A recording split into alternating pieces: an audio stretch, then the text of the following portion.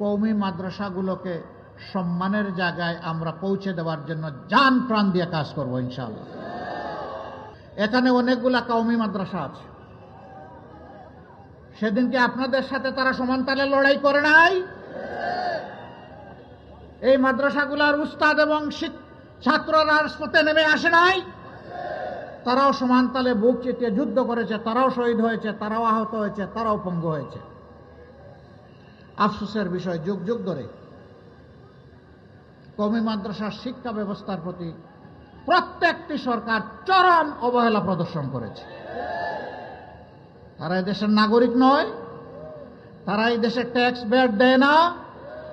তাহলে যদি সাধারণ শিক্ষা প্রতিষ্ঠান সরকার পৃষ্ঠপোষকতা দিয়ে থাকে, এই সমস্ত মাদ্রাসার যত্ন নিবে না কেন? এটা কোনো দয়ার দান নয়, এটি দায়িত্ব। তাদের সনদের স্বীকৃতি দেওয়া হয়েছে শুধুমাত্র সিনিয়র লেভেলে, কিন্তু এর আগে যাদের শিক্ষা শেষ হবে তাদের সনদের কি হবে?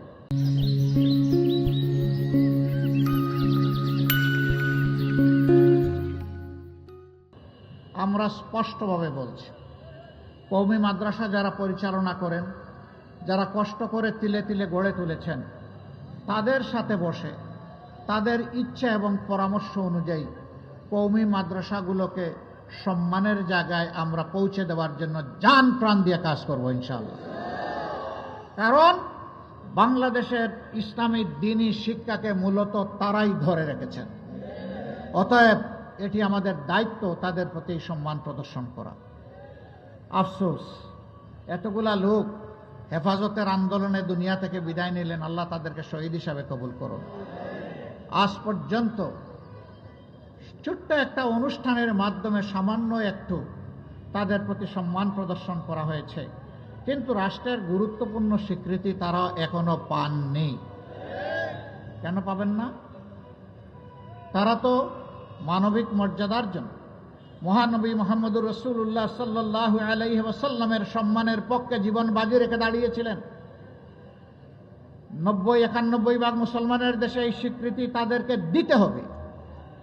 কেউ যদি না দেয়, দোয়া করেন আল্লাহ আমাদেরকে সে দায়িত্ব দিলে আমরা দিব ইনশাআল্লাহ। আমরা তাদেরও ঘরে ঘরে যাদের খবর পেয়েছি আমরা পৌঁছে যাওয়ার চেষ্টা করেছি। সকল শহীদ পরিবারকে, নির্যাতিত মজলুম পরিবারগুলোকে আমরা সমান চোখে দেখি। একটা হতে পারে আমাদের ডান চোখ, আর একটা আমাদের বাম চোখ, কিন্তু দুটোই আমাদের চোখ। এই দুই চোখ দিয়েই আমরা দেখি।